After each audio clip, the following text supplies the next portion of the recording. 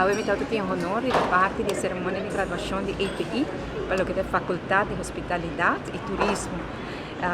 Uma cerimônia sumamente impactante e bonita, donando cada graduado um diploma e também, na final, lesando a declaração para confirmar que cumpre com a exigência do exame e que está graduado de verdade.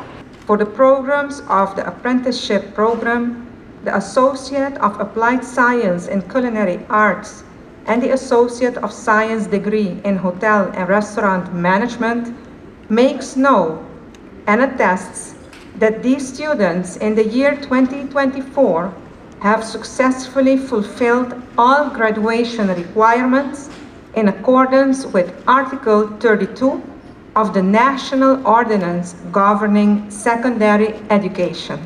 Esta é onde a cerimônia tem mais significação e tem simbolismo, e é algo muito bonito.